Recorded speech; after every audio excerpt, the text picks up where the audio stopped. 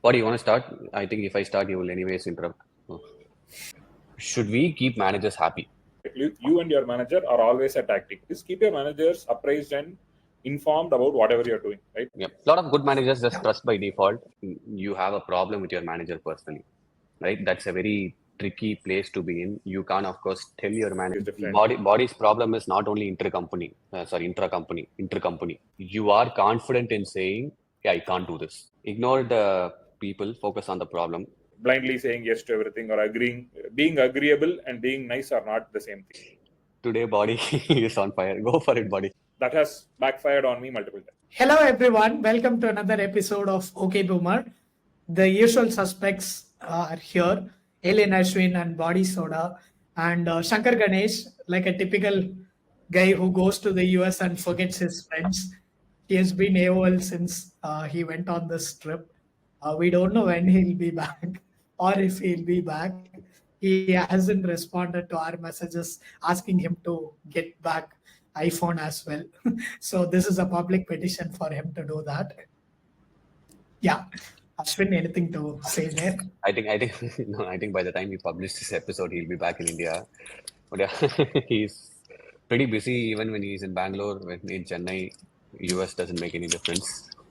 I think if you ask him he's for just busy in iPhone, if you ask him for iPhone 15, by the time he comes for the next episode, iPhone 16 will release. Anyway, have him in the next one. Yeah. but as the cliched saying goes, the show must go on. So here we are, and we are here to discuss another controversial topic. I love that we are doing so many of these because that is the need of the hour. Because as we were talking offline, even when we were doing research on what to talk about next, there weren't a lot of shows or podcasts that touch on themes that we touch on, right? Being really comfortable, bringing up the uncomfortable, a lot of things that people want to speak but are not keen on doing so in a public forum. And that's our job here, right? We try and steer discussions on those topics. So there is a discourse, at least between friends over a coffee conversation or whatnot, even if they don't do it publicly. Right? On that note, today's topic, managing upwards. How to make your manager happy. Good topic. But I think all of us will kind of relate to this in whatever position we are in, right? Even if you're beginning to work, you're going to have a manager. 10 years into your work life, you're going to have a manager. 40 years in your work life, you are going to have a manager. Even if you're a CEO, you are going to have a board. If you're going to have a board, you will have shareholders. So everybody is answerable to someone. And I think all of us will be able to relate to it. As my usual saying goes, I'll default to body. If I don't have any thoughts, body can fill in. Body, what do you want to start with? Yeah, I would rephrase the topic a little and say, like, but how do you build a great rapport with your manager, right? Like, I've had, like, I think I've lost count. It is 10 plus. Probably I'm on my 15th manager right now. I think even I am 10 plus, but I don't think I'm at 15. I think if you count, first 4 years I count, had 8 managers. if you count in number of managers, it will be 15, but number of people, it will be less than that. Like I've had the same manager like more than once, so and multiple people like that. So I think Okay, body, sorry to interrupt. One thing is on the topic itself, right? I think Bot mentioned how to keep managers happy or how to make managers happy, something on those lines. The happy word caught my attention. Should we keep managers happy first? Like, are we here to happy make is managers the wrong word. happy or are I we would here say, to work? yeah, I would say happy is the wrong word. That's why I said, how do you have that sync? How, like, a manager and you, like, if from your perspective, right? You and your manager are always a tag team. Like you are always a partnership. You're always a team. How do you complement each other? How do you take care of work that distribute the work in such a way that both of you are able to amplify what you do as a team? I've always seen like from at least from my experience, right? Like one of the like things that you need to really do and really do well is keep your managers apprised and informed about whatever you're doing, right? Like the bigger problems, like for most people, like I've given like advice to a lot of people who've not had great relationships with their managers. It's always like, if you deep down, if you keep asking questions and figure out what is the problem, the root cause, right? It is usually that the manager is caught by surprise that their team member is doing something or not doing something, and it comes too late. Like the good thing about a corporate environment is, like, it's not like a school or a college where there is a question paper, there's a defined answer, there's a syllabus, right? And there is no like there is no end point, or like work never stops, right? So you're always doing something. If you are unable to do something, or if you're not able to do something within a time, it is always better to let people know that you are not able to do it, or you tried, it failed, all of that, so that you can, there is nothing wrong in going and rephrasing the question, rewriting the syllabus. Like doing something differently means the question also needs to change, your approach also needs to change, and keeping everyone informed of that is probably the first and the best advice that anyone can give. Like one of the advices that I've got from one of my mentors is, whatever you do, keep your manager informed, right? Like, and this is even more important when you report to more than one people. I mean, one manager at the same time. When you have dotted lines. No, no, I totally agree. And I think it has to be more proactive from whoever like the reportee is, right, or the candidate, or like I should take that responsibility more on me to keep my manager informed than expecting my manager to come and ask me, what are you working on? Hey, tell me what happened last week. Expect your managers to always be busy, right? That's like, in a sense, they have more scale of work that they are dealing with. The problems that they're dealing with will be one level higher than what we are dealing with. And of course, you know that your manager is going to have more people they are managing than like if you have some number of people. So there is indirect reportees that the manager is also handling, right? So expect them to have more scope of work. So it's on you to hold your manager more accountable if that's something that you want to tell them, right? That's just take it more on you and not expect the manager to come and ask you.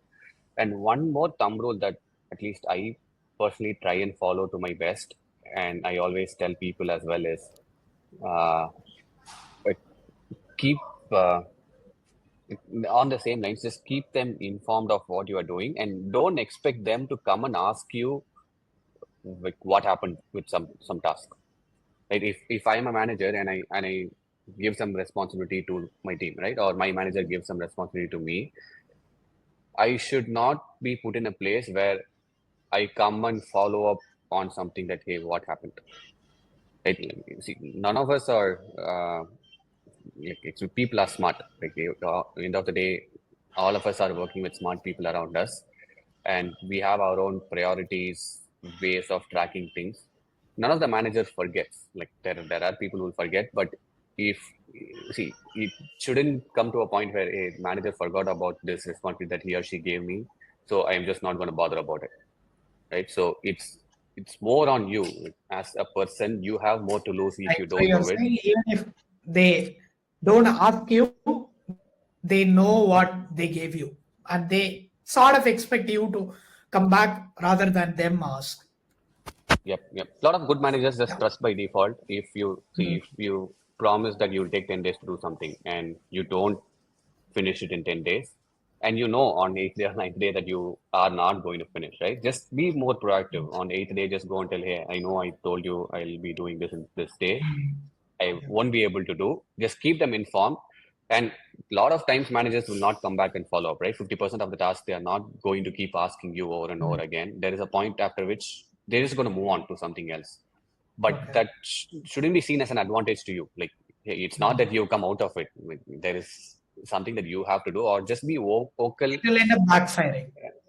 Yeah, just be vocal in saying, I can't do this. I Yeah. think as a person, you should have again, these are things that we will talk about in some time, how to build that rapport and trust and relationship over a period of time where you are confident in saying, yeah, I can't do this. I don't have the time to do this, or I am not the right person to do this. You can find someone else in the team to do this. I think you should still say that. You should get to a place to say that. At the same time, it shouldn't make you look like a person you are not denying, like, or like going away from responsibilities. Understood. Ashwin, I want to take a step back here and address what both of you said. And I think even I've been on the end of the stick where I've assumed, hey, this is very trivial. I don't feel the need to go and tell this or update my manager. And if I do that, it makes it look like I'm, uh, you know, showing them that, hey, I'm also working.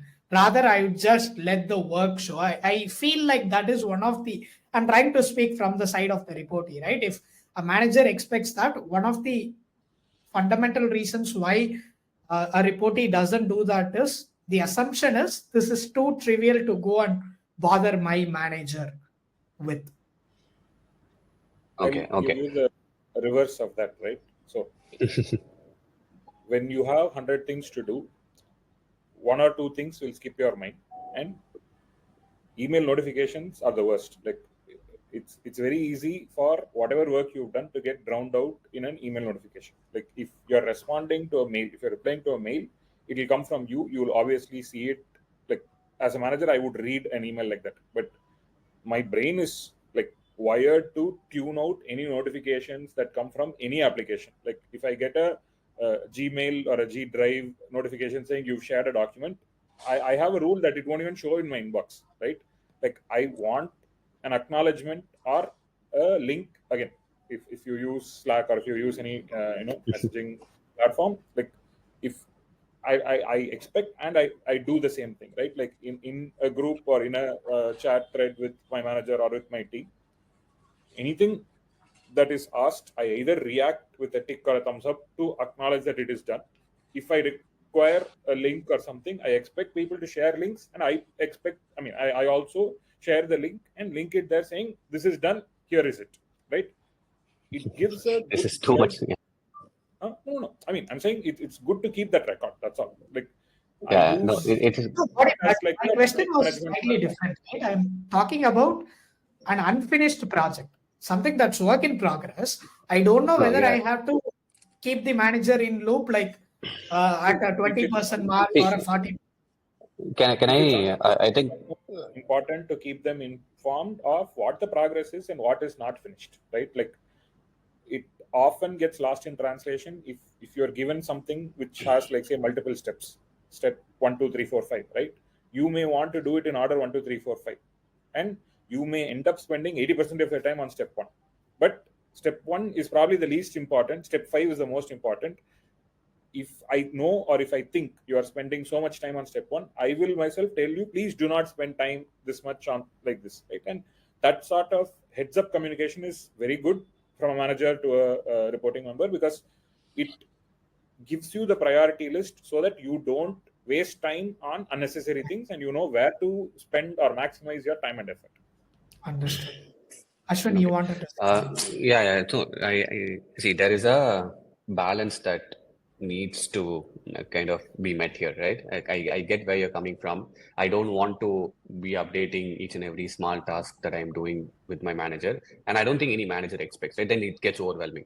Like when you have, see, an average manager would have 6 to 8, like less than 10, but more than 5, right? That's kind of universal average when you have a direct number of direct reportees.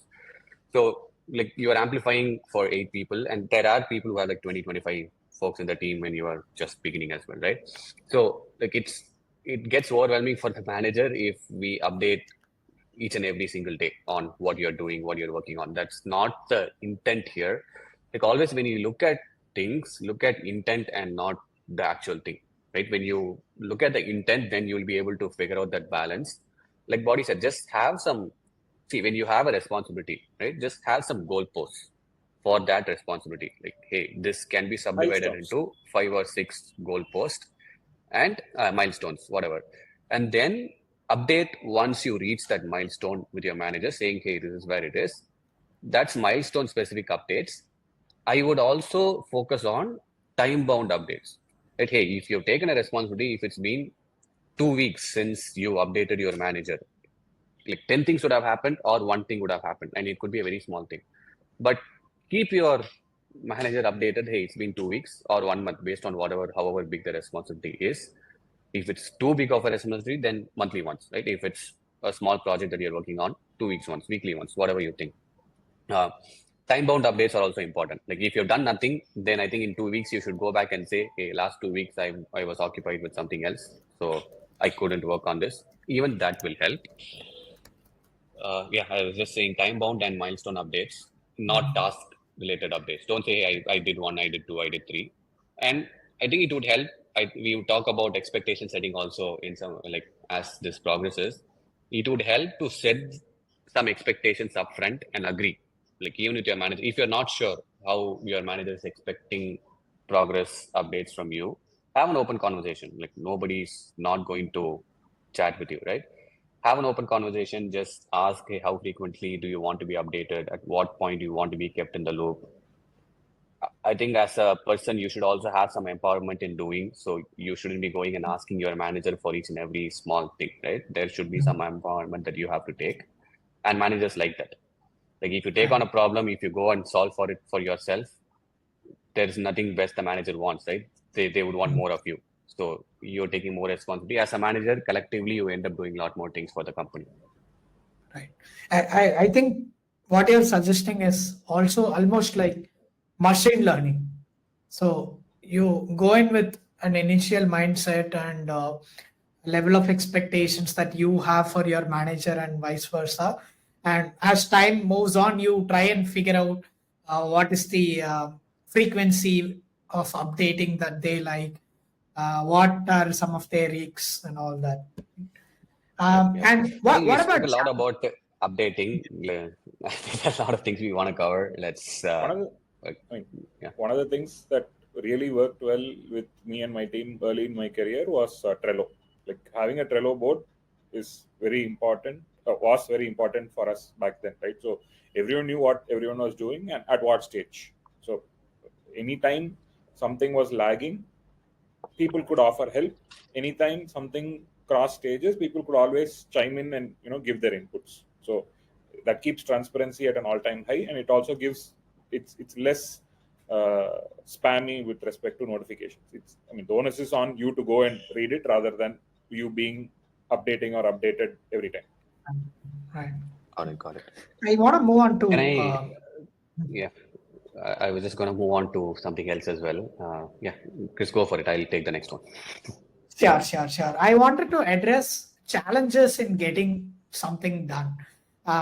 One scenario that I found myself in, or I know a lot of friends, is your manager assigns something to you, and in a lot of cases, you work with somebody who doesn't have the same manager as you. So it's a lot of times it's cross-functional collaboration, and you have a very different personal rapport with them. You have a different professional rapport with them, and sometimes there is misalignment there. You have informed your manager, hey, I'll get this done in, like, say 4 days time. Then you try to work this with somebody that you know really well, but for whatever reason things are not progressing.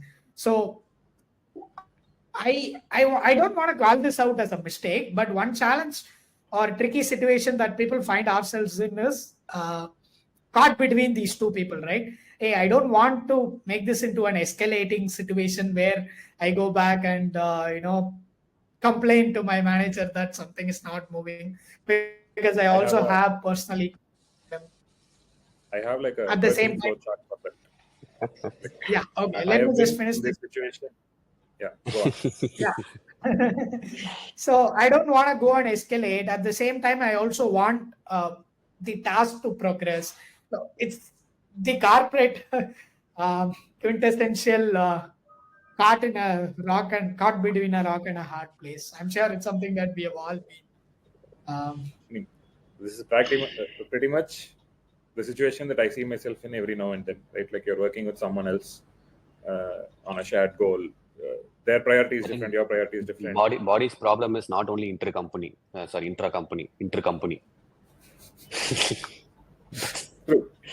So, like, this is a flowchart that I follow in my head. Like, it is implicitly followed by me now, but I think I'll try to articulate it, right? So, first, you talk to the other person, try to make them understand each other's priorities. Like, any common project or a goal that you're working on may look differently based on which side you're looking at, right? Like, from my perspective, the goal or the objective may be ABC. For the other person, the objective or the goal may be XYZ. We would not know unless we speak to them and figure out if ABC and XYZ are completely different, or are they close to each other, or are they overlapping. Maybe it could be ABC for me and ABX for somebody else, right? Having that understanding is a must. And whenever things are not moving or things are going towards a conflict, try to de-escalate the situation by directly addressing the person.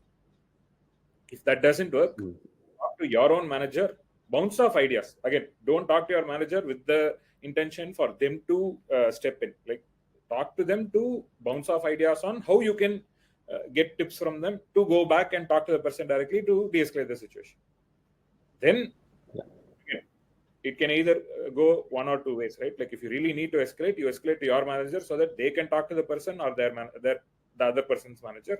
Or if it is really bad, you'll probably need to escalate to that person's manager. So, like, there's no rule or there's no logic for it, but it is genuinely a case-to-case thing, right? Like, there are certain times where your manager can help over another person's manager. There are certain times where that person's manager can help over your own manager. So, it's a very case-to-case thing, but usually that is like the last manager to bounce off. Yeah, having a manager to bounce off ideas with is probably the first step. Yeah, I mean, same lines, buddy. So there are two powerful statements that we've always heard at Freshworks early on, and I think we continue to apply. Disagree. No, not that one. Ignore the people, focus on the problem. Right? There is a problem. It's not that person doesn't want to help personally, or it's not that person doesn't want to work on this person, right? There is a priority alignment problem that we have to address, like, as a collaborative function. Like, this can apply anywhere, but if you're having this conflict, it means your priorities is not aligning with the other person's priorities. So you have to address that. And always when you're at conflict, focus on the problem, not the people. And there is one more saying that I can relate to that we've always followed is, the person closest to the problem is the best person to solve the problem, right? Like, when you are escalating, it helps in escalations. Like, it goes to your manager, it goes to the other person's manager, but also understand that the problem gets diluted every single level you go up. Like, the impact of the problem is not, or the core of the problem is not going to be understood. Like, even if you escalate, the message has to come back to the other person. They only have to fix it. So at the end of the day, the person you are talking to is going to fix the problem. So instead of involving 5 other people, you might as well directly talk to them. And that's where the personal relationships across company helps. Just be nice at work. Being nice at work is one of the best things that best qualities that you can have. Again, but today you're interrupting a lot, body. Unlike other episodes, today body's interruption is 10x. Being nice at work doesn't mean saying yes to everything. Being nice at work is being helpful, offering to help, offering to support somebody on their projects, and questioning them also if they are doing something wrong. Not blindly saying yes to everything or agreeing. Being agreeable and being nice are not the same thing. True. Yep. Person closest to the problem is the best person to solve the problem. Ignore the person, focus on the problem. Two powerful statements we've always heard earlier in the early days of Freshworks. I would also say the other problem to solve is this disagree but commit, right? Today body is on fire. Go for it, body. That's what. So this disagree but commit is a very powerful statement. Like, if you disagree with something, it's very hard to commit to a cause that you don't believe in or that you don't, want to do. But call it out and let it be known that you are against it, but you will still give your best. And in such cases, I would say it's always better to ask what you need to do rather than you assume and do something, because if you don't align with something, it is very hard to give it your full 100% and do it with conviction. True. True. I This think you're that's saying for an manager and itself. candidate conflict, right? Not Yes. inter-team. No. This is Correct. for This is Yeah. stakeholder management, and And definitely in something general, that in you general, can I've you can had this. have like back and forth with your manager. Of course, you can disagree with something. You're not going to say okay to everything, but in the end, after the conversation, after that back and forth, if your manager says, "Hey, I agree, but you still have to do this," like I get your point And of view, but you have to do this means you have to do it. Like just I've had just that trust that both there are ways. bigger things that the manager is seeing that you are not seeing. Just I think you should have. I've had that situation both ways multiple times, right? Like my managers have always told me, "Hey, I understand your point of view, but trust me on this and do it because I'm asking you to do it as a favor to me." And I have said the same thing, right? There are many times where my team members have said, this I don't believe in this, or I don't want to do this, and where I have told them, trust me, like it may sound crazy right now, but do it for me. True. I think that's a nice segue into trying to empathize with your manager. Managers are, that given the nature of their jobs, they are seen like villains a lot of times, right? Especially because they have the 5,000, 10,000 feet view that you at your level may not always have. And what are the situations that you can go over your manager's head? Or is there even a situation like that? Go over what? Go over your manager's head to your skip level. Something doesn't work out. You are not getting the clarity that you're looking for with your manager. Okay. What do you want to start? I think if I start, you will anyways interrupt. Oh. I think the only valid reason there, this is again, I've given this advice to a couple of people, is when your manager is asking you to do something unethical, don't do it. Do what is right, right? Like if there is something where it is going to cause harm for the company, it is unethical. Use your common sense and do what is the right thing to do. Yeah, this is a very interesting situation to be in, right? Like, I personally have had a lot of things, and if I also look back, I know I would have done few things differently, right? So, maturity of people plays a huge part here, I would say, personally, because what you think is right at the moment, in the heat of the moment, um, like when you look back, you might do things differently. So, like when you have a good friend you can talk to first, like take their perspective as well. But on on this particular topic, right? Um, Ideal world, I would say you are free to go to any person in the company. Like you should be free to go to any person in the company to talk about something, but at the same time, it like keep your manager. Just let your manager know, like, hey, I am, or like, hey, this is something I don't agree with. I'm just going to do what's best, what's the right thing. Or there are few. See, if it is work, I'm sure you can let your manager know that you disagree, or I want to have a conversation with whoever the manager's manager is, right? So work related topics, priorities, conflicts, you can always let your manager know and then go to the skip level. You don't have to specify all the details, but you can just say, I don't think I'll be convinced if I don't talk to that person. Like just you can just say it like this and go for it. But the situations are tricky when you have a problem with your manager personally, right? That's a very tricky place to be in. You can't, of course, tell your manager that, hey, I'm going to talk about you to your skip. Like that's not going to work in ideal world. But at the same time, again, this is where I said the maturity will come in. Just try and talk as much as you can with your manager. If not, like my personal take would be, you should be free to talk to anyone in the company, be it HR or be it your skip or be it your CEO for that matter. I'm not sure how many company will have this culture or how open the place is. but that's an ideal place to be in. Like, I don't think you should be scared to talk. If you are scared, just come out of it or talk to your friend. Um, but if it's work, just keep your manager informed. Let your manager know. I don't think it's right to just go directly talk to your skip, telling them, hey, my manager disagreed. Hey, this is what he did. This is what she did. And then when your skip goes and asks your manager, hey, this has happened, and like your manager will not even have anything to say, right? Like, don't put your manager in that spot. Like when it comes to work. Yeah.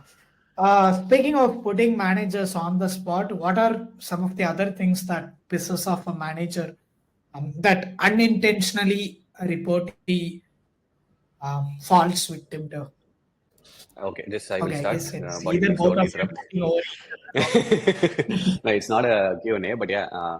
See, for both of us have had enough managers, right?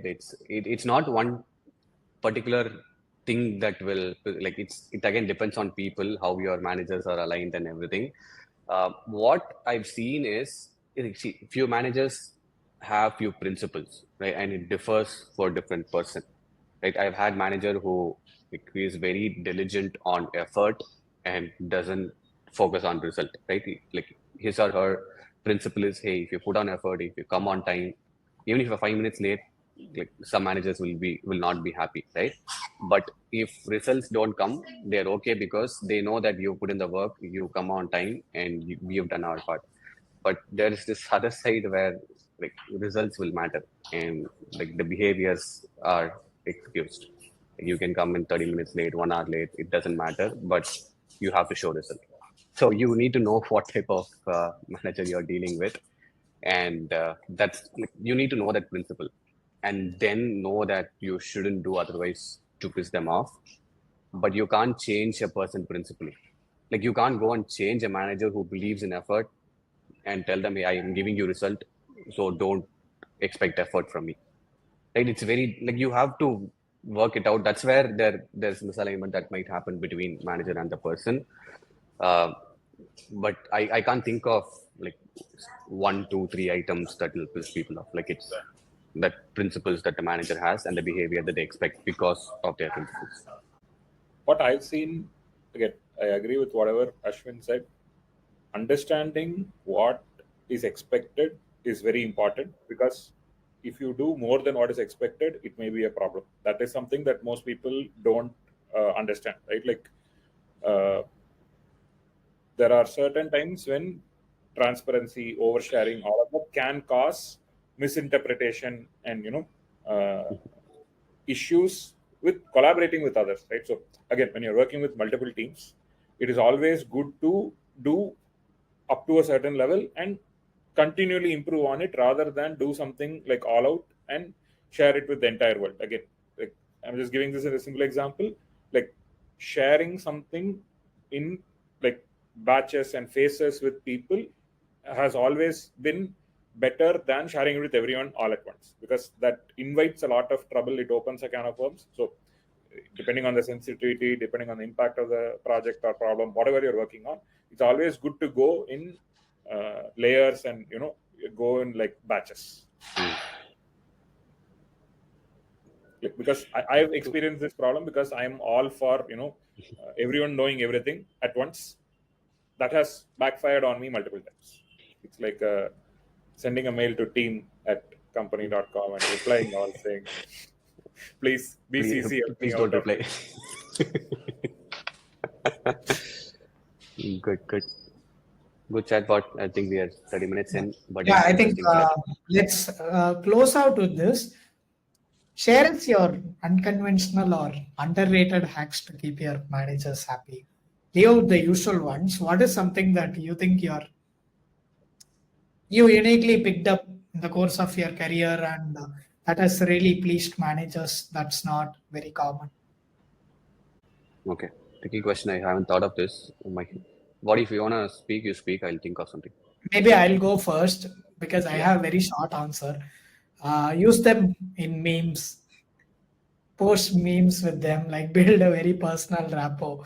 It ties back to your original point, right? Start treating them as tag team partners, more than I work for this person versus I work with them. I think not putting them on a pedestal while still having respect for them. So just treat them. I mean, of course, it could easily backfire. I think I'm talking from a very um, One blissful thing that situation. Yeah. Yeah. I would I'll say, go. I'll go, buddy. You can finish the episode. So see, I'll talk from an experience of my best relationship with one of the best managers I work for. Right. Um, the uniqueness with that relationship is like both of us shared our vulnerabilities. Like I am good at something, but I am also not good at a lot of things. And I was confident in saying that I can't do few things, and that really helped. And manager was like from the other side also. I got a very reciprocative sharing, right? And both with work and non-work stuff. So when you also share personal things, when you get to that stage where you're able to share what's happening in your family, what you are going through, it really helps build that relationship. And when both of you know each other to this extent, it just clicks and it works, right? Then the manager will be able to give you what you are really good at, will be able to filter through things that you are not good at, and will be able to compliment you where you are not good at. Those things make for a very great work relationship as well. adding on to what Ashwin said, right? Like building complementary skill sets to your manager is very good, but there's a thin line in doing something they are not good at that has every potential to backfire, because nobody likes being uh, like outdone, right? It is always good if you are able to understand what your manager does not like doing and doing it instead, right? Like more than the skill, more than like what they're capable of, what they're not capable of, or what they're good at, what they're bad at. Figure out what they enjoy doing and what they don't enjoy doing. Like something that is treated as monotonous, boring, or like grunt work for them, or like work that they don't like. If you are able to offload that, that is probably the most underrated hack that I've ever been able to use. And vice versa, right? Like I know what I don't like doing, and a lot of my team members have also picked up that these are things that I don't like doing, and they'll do it for me. And that's the biggest gift any person can do to their manager. Right. So to summarize, do memes with your managers, get personal, be vulnerable, and build a personal rapport. And lastly, get them to play to their strengths while reducing their weak spots when getting work done. Cool. That's a good way to summarize the episode as well and conclude it. Are we sending this chat to our managers? Man, I know Body does with all of our Yeah, but always thanks to all my managers in the past. But see, none of us would be here if it's not for manager support, for sure. I would take this to thank all the managers I've had. I'm going to have, for sure. It's One of okay, my bro. favorite Car is days, away. one of my You're favorite on days your to own. celebrate and recognize all my managers is Teachers Day. Like I make it a point to ensure that I reach out to every Oh, manager I've had on Teachers Day and wish them a happy so Teachers Day, because cute. I've learned a lot from them. That's the first bencher behavior, that is. No wonder you are in And, most of the good books. and I think he has like 250 people to wish during Children's Day. That's true. I think I got a wish last year. Thank you, gents. Okay. Fun conversation. Shankar, looks like you were the glue holding it all together. This was definitely a lot more chaotic than our other episodes. But hopefully, we also added a lot of value. So that should offset Next time we'll also anything add else. Shankar to the mix, and the Yeah. chances of this If not, episode. we should have like a cutout of Shankar as a fourth speaker. No, and the chances Like of this how, episode drastic go down.